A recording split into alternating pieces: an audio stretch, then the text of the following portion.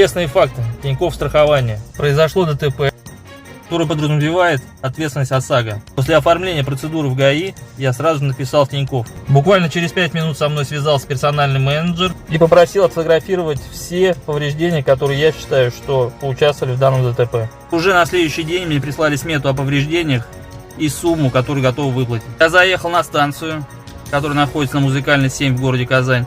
Ребята мне все разобрали, посчитали и сказали сумму. Сравнив две составляющие, меня все устроило. Я загнал машину на ремонт.